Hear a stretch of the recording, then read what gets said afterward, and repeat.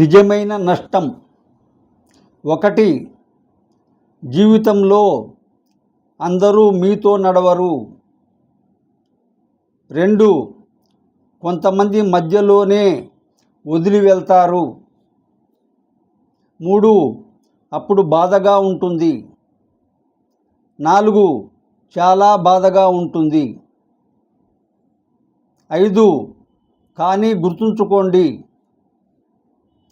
6. మీ దారిని వదిలి వెళ్ళిన వాళ్లకు నష్టమేమీ కాదు. 7. మీ గమ్యాన్ని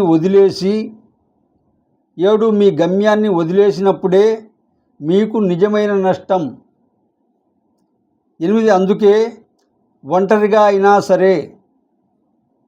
9. మీ గమ్యం చేరే వరకు ముందుకు నడవండి. 10. గెలుపు తప్పకుండా వస్తుంది.